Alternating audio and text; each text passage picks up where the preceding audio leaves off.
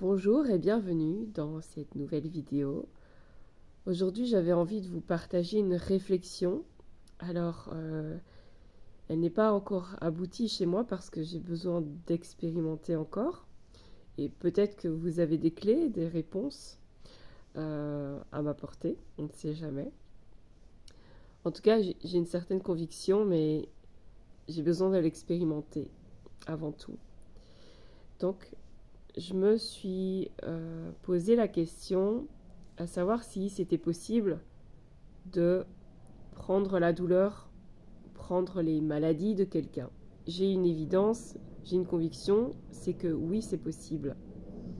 C'est possible de, comme, absorber une maladie, un petit mal-être, d'absorber un problème de santé, que ce soit bénin ou que ce soit un peu plus important, chez quelqu'un. Tout comme il y a cette contagion émotionnelle ou contagion au niveau de l'énergie où on va se laisser influencer.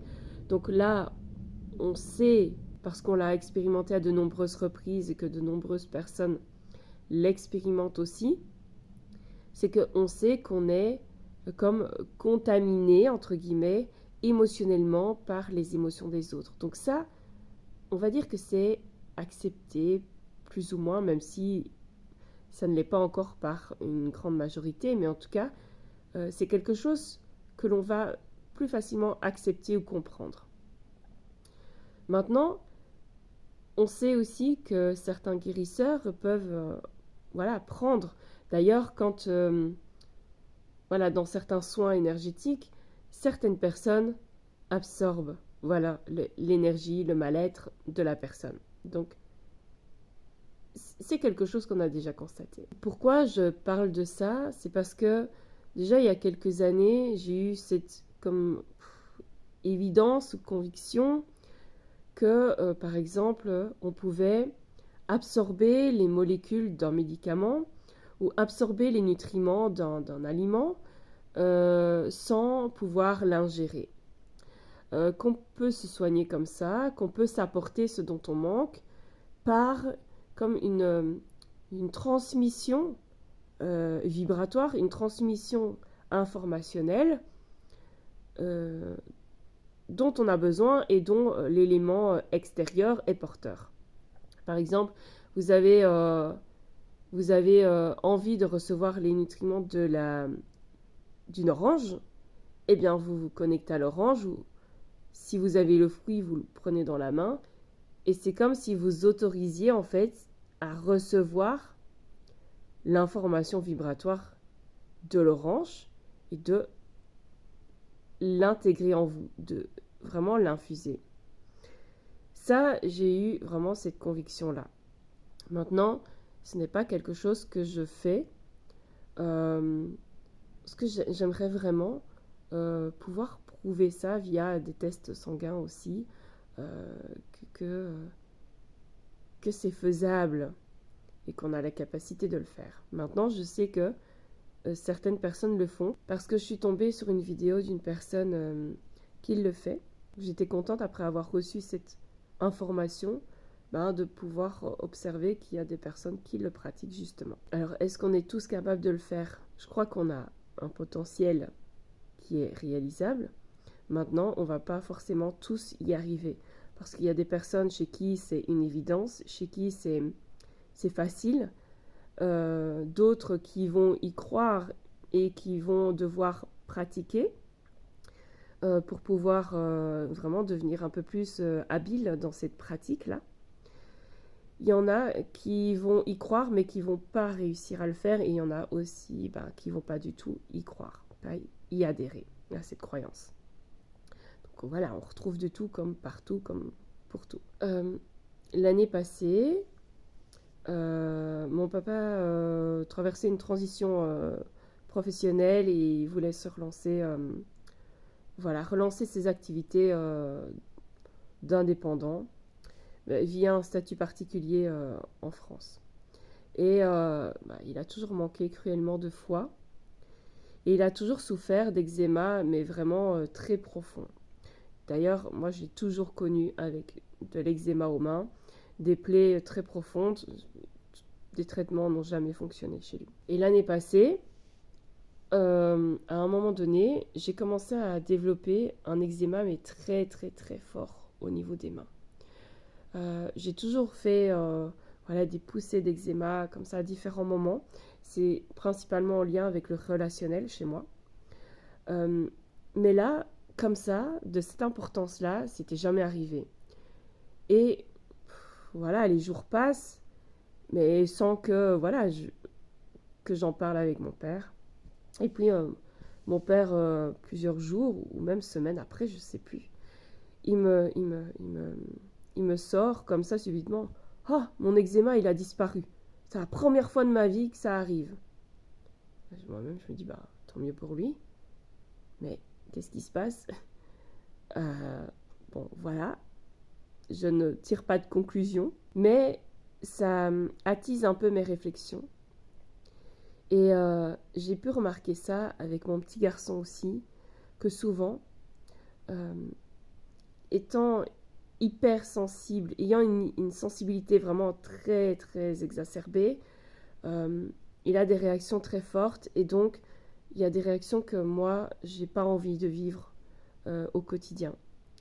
Et donc je veille toujours à soit un peu prendre les devants, soit à tourner ça un petit peu en jeu aussi ou à faire intervenir son imaginaire pour qu'il puisse sentir qu'il a quand même une certaine capacité, un certain contrôle, une certaine maîtrise sur son corps. Donc il y a ça et souvent quand il a commencé à développer certains petits bobos, enfin voilà, soit des problèmes au niveau des dents, des gencives, soit des problèmes, d'autres problèmes. Ça peut être voilà, des petits virus, voilà, grippe, autre chose. Enfin voilà, des petites maladies bénignes, voilà. Eh bien, ça n'a jamais été très loin.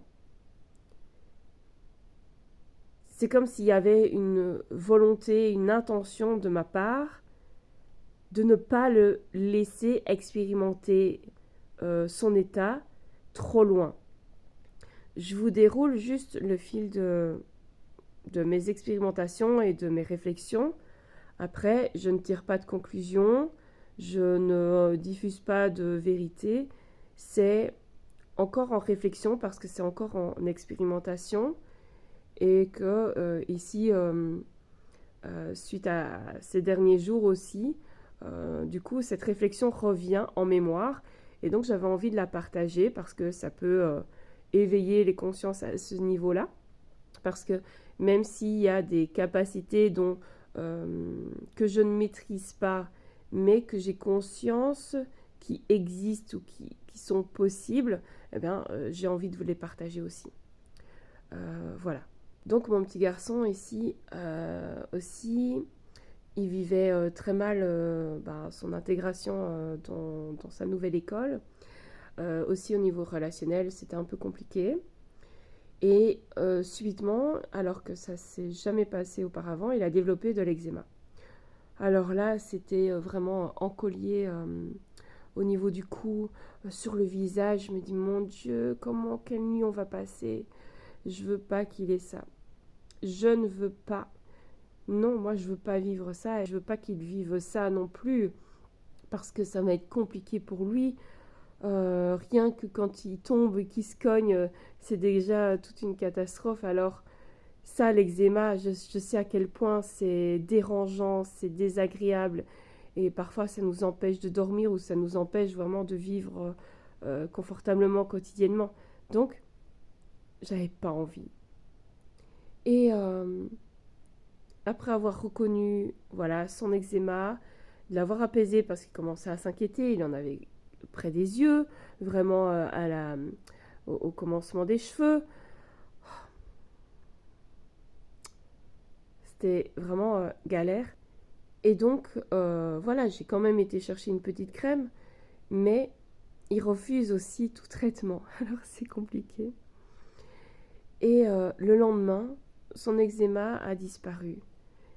Et moi, j'en ai eu un peu plus sur le corps. Alors, est-ce qu'il y a un lien ou pas? Je ne sais pas. Voilà, comme je dis, je ne tire pas de conclusion hâtive. Mais c'est vrai qu'ici, je réfléchissais beaucoup à ça, parce qu'en y repensant, euh, par rapport à certaines affections, certains problèmes de santé, voilà, dans l'entourage, il y a eu pas mal comme une réduction de douleur, une réduction des symptômes. Déjà, moi, en y posant la conscience, parce que les personnes concernées ne posaient peut-être pas forcément de conscience dessus, mais rien que moi, en posant de la conscience dessus, en absorbant aussi une partie, parfois il y a les symptômes chez ces personnes-là qui apparaissaient de façon minime chez moi, mais j'en étais consciente. Donc moi, ça me permettait de traiter ça parce que je m'intéresse à beaucoup de choses, parce que je suis très attentive à ce qui se passe. Ça ne veut pas dire qu'on arrive à se guérir de tout facilement, rapidement, juste parce qu'on a conscience de ça. Parfois, on a besoin de vivre une expérience et d'aller à un certain point pour certaines raisons. Il n'y a pas toujours forcément besoin de conscientiser ou vraiment d'amener la raison à son esprit, mais juste de le vivre pour qu'après, telle une évidence, ça s'impose à soi. Donc on comprenne sans forcément l'intellectualiser, mais juste le ressentir pour que, comme dans le corps, ça fasse un switch. Et j'espère que j'arriverai à me faire comprendre. Et donc j'ai remarqué ça chez beaucoup de personnes, où j'absorbais une partie de leur douleur, une partie de leur souffrance, tout comme je le fais aussi émotionnellement, afin de pouvoir transmuter ça. Parce que moi, j'en suis capable. J'ai effectué un travail sur moi, un travail au niveau, à tout niveau, depuis plus de 25 ans. Et donc, j'ai plus de capacité à absorber, à faire face à tout ça, que d'autres personnes qui n'ont pas effectué de travail de guérison, de travail de libération, de travail de conscientisation, au niveau de leurs émotions aussi, au niveau de leur schéma de comportement, eh bien, eux ne seront pas en mesure de bien vivre cela. Donc ça peut aller très loin en termes de conséquences, en termes de dégradation de leur santé physique et psychologique. Donc c'est comme si il y avait un accord inconscient ou sur un autre plan de conscience où on absorbe une partie de leurs problèmes pour pouvoir nous le transmuter, afin que eux aient moins de charges à transmuter, pour soutenir en fait la guérison et la transmutation du corps, de leur corps. Et j'ai remarqué ça à différents niveaux, même au niveau psychologique aussi. Alors peut-être que tout ça, ça porte des noms, je n'en ai pas connaissance.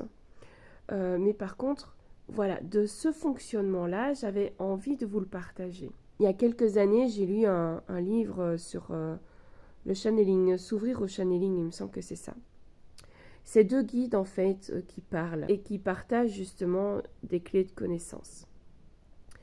En connectant, en faisant ces processus-là, en me connectant à des guides, les guides que j'ai connectés vis-à-vis de cette sphère de guérison au niveau corporel, eh bien, ils ressemblaient à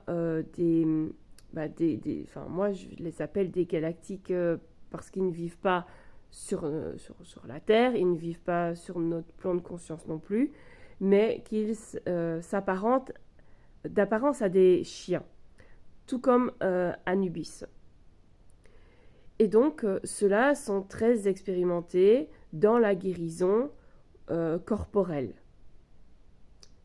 Et donc, voilà, je sais que je n'ai pas été plus loin parce que il y a une part de moi qui n'a pas envie d'aller dans cette direction-là. Et en même temps, je vois que la vie m'invite toujours à revenir au corps et à la guérison du corps par différents moyens, via différentes portes. Et donc, je sais que là, c'est revenu encore fortement aujourd'hui. Et voilà, on verra dans les semaines, dans les mois à venir, ce qu'il en est. Si j'avance dans cette direction-là ou pas, même s'il y a une forte propension à aller dans cette direction-là. Vu mes aspirations personnelles pour la guérison vibratoire du corps, mais via notre imagination. Quand je parle d'imagination, c'est pas juste le fait de visualiser des images mentales, c'est vraiment un engagement, une implication au niveau de tous nos corps vibratoires dans la réalisation de cet exercice-là.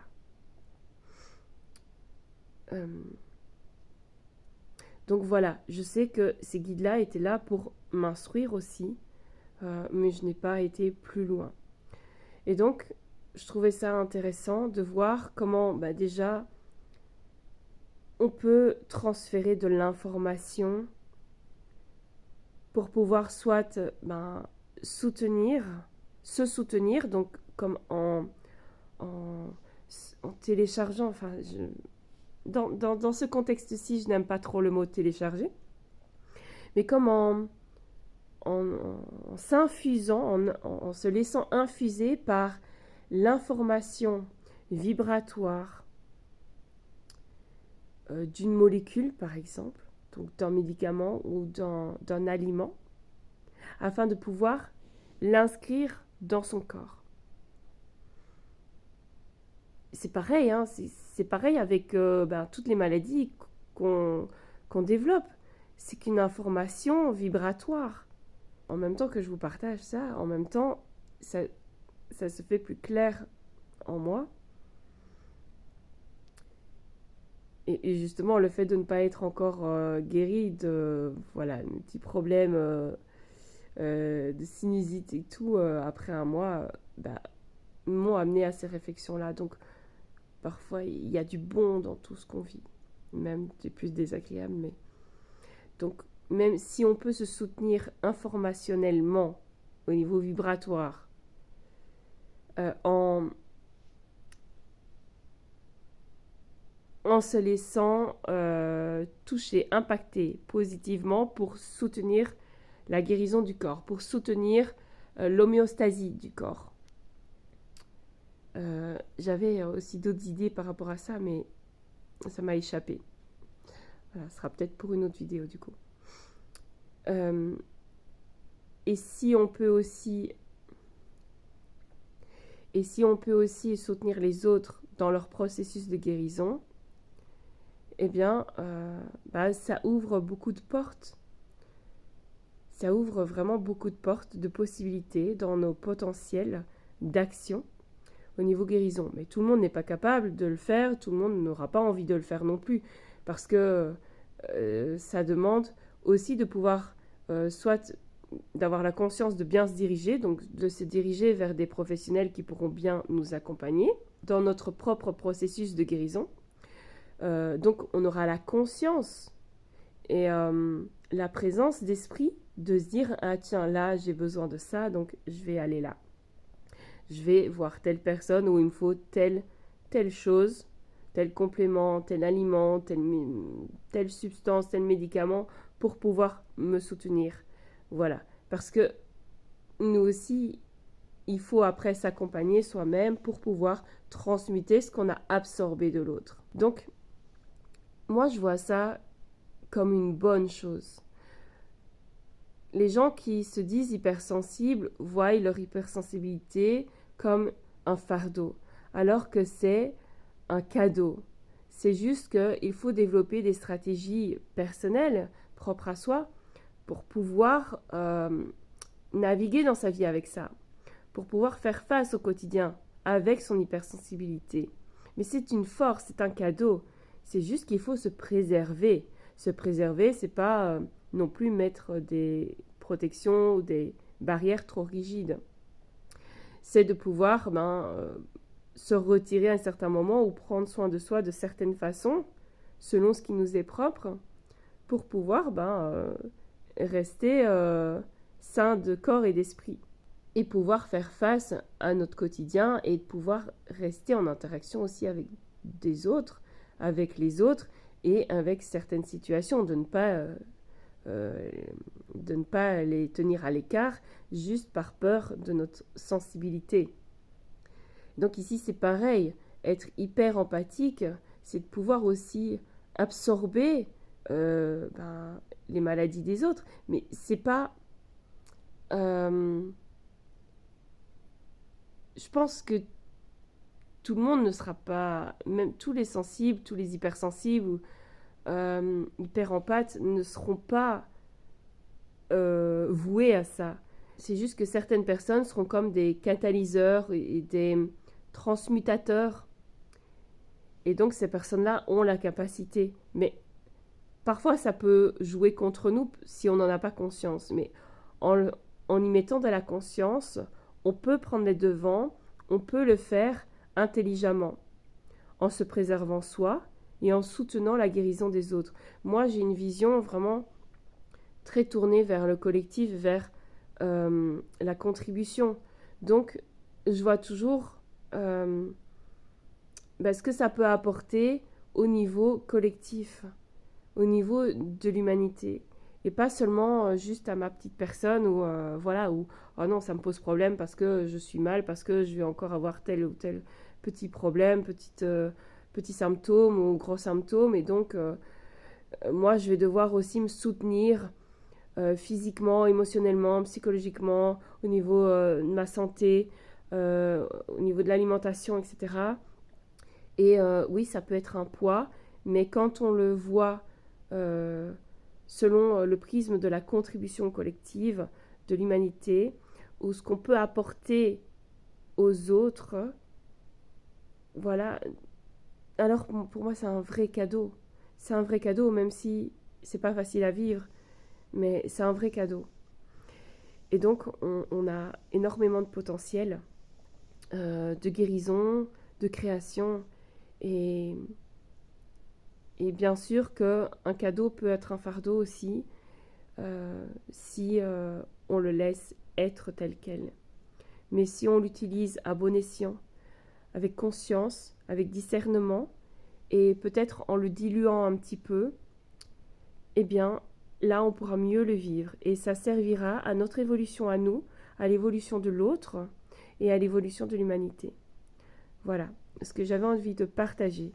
Alors peut-être que certains d'entre vous le font déjà, consciemment ou inconsciemment, que ça se présente à eux. Peut-être que maintenant, vous allez peut-être pouvoir poser un petit peu plus de conscience dessus, si vous fonctionnez comme cela, si vous l'avez déjà remarqué. En tout cas, moi, je l'ai déjà remarqué à de nombreuses reprises, mais c'est vraiment l'année passée que je ne sais pas pourquoi, ça m'a créé un déclic immense. Et que, tout comme des gens se nourrissent aussi de prana, et qu'ils vivent en bonne santé, et attention, on ne fait pas n'importe quoi, vraiment, on est conscient de ce qu'on fait, eh bien, il y a énormément de possibilités que l'humain est amené à découvrir et à expérimenter pour l'évolution de l'humanité, avec conscience, avec présence, avec bienveillance, en soutien à cette humanité, à cette nouvelle humanité, à cette nouvelle incarnation, de nouvelles vertus aussi, enfin en tout cas à la restauration des vertus essentielles qui fera la beauté vraiment de notre humanité, du futur de notre humanité, pas ce qu'elle est aujourd'hui. Donc voilà, je vous laisse avec cette réflexion-là, avec ces observations, et n'hésitez pas à me mettre en commentaire si... ou à m'écrire par mail, beaucoup préfèrent m'écrire par mail, sur vos expériences et sur vos réflexions. Donc voilà, moi j'aime beaucoup vous lire, j'aime beaucoup découvrir aussi vos expérimentations et vos prises de conscience et vos capacités de création. Donc voilà, à très bientôt pour un nouveau partage.